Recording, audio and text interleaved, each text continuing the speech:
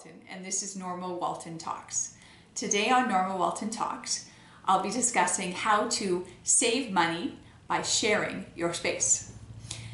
I'll start off first by recognizing that we all covet our own space. We covet our own bathroom, we covet our own room, we covet our own TV set, we covet our own family room, our own kitchen. My husband and other husbands often covet their own garage, their own shed. In fact, as women, sometimes you don't even want to go in there.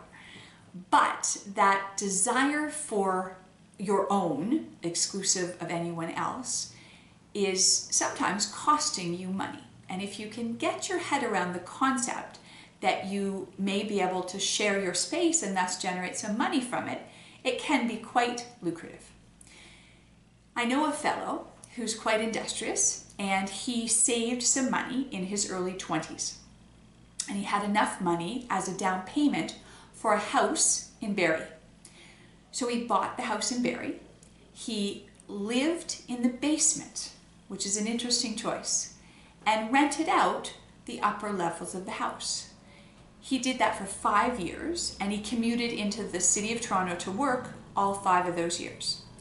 So that by the time he was 30, he had enough equity in that house to turn it into the purchase of a semi-detached house all for himself in Toronto, to the delight of his wife and young child.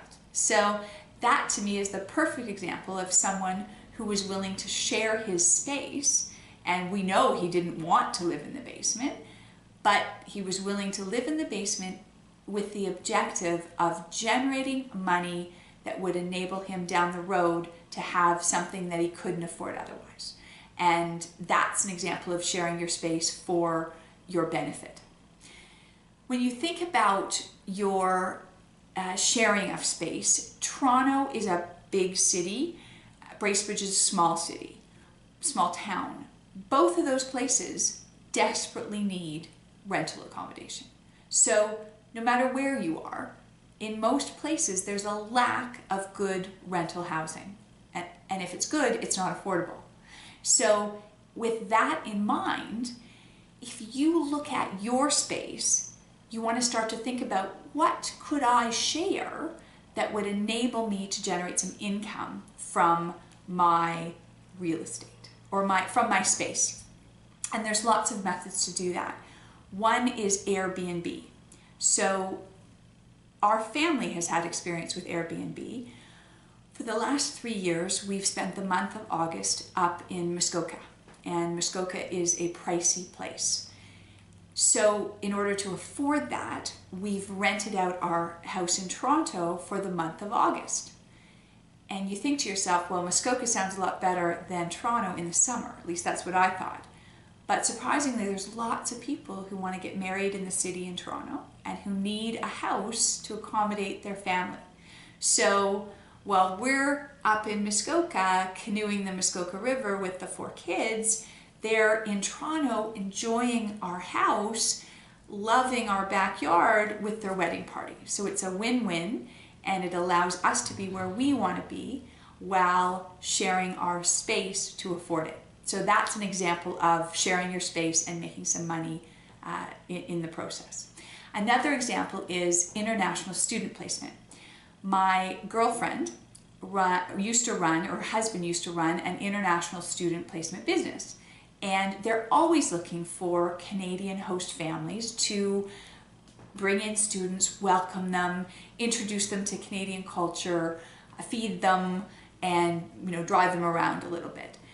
My experience with that is that it often results in a relationship that lasts years and years and years if it goes well. So if you are open to that concept and you have a free room available, it may be an enriching experience both financially and emotionally to invite an international student to spend some time there.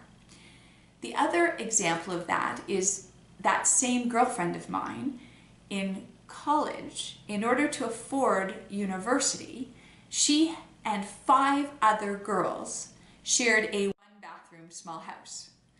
And I don't know about you, but in our house we have 6 people, and we have 2 full bathrooms and 1 powder room, and oftentimes all 3 are occupied.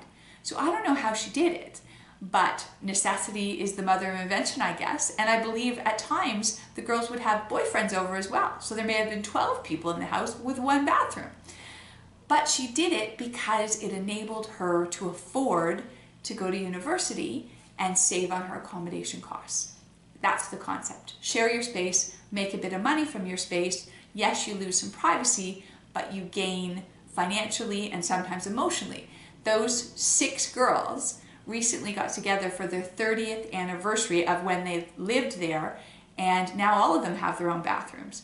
But the memories that they created when they only had one are continuing that relationship 30 years later. So what I would suggest you do is look around at your space. Try to figure out if there are parts of it that you don't use or parts of it that you would be prepared to share in order to generate some money. So you can look at your garage. Do you use your full garage? My folks rent a garage from their neighbor because they have a second car. He doesn't need it, and it works out perfectly.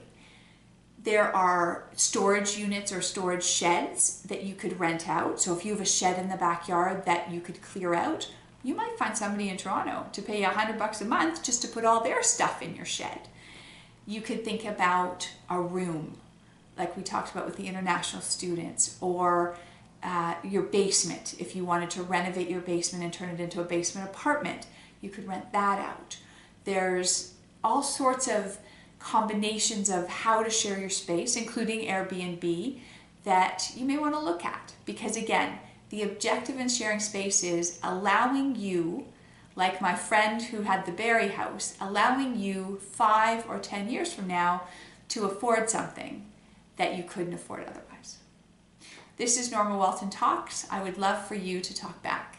Any comments, suggestions, experiences that you've had with space sharing, good or bad, I would love to hear. Thank you.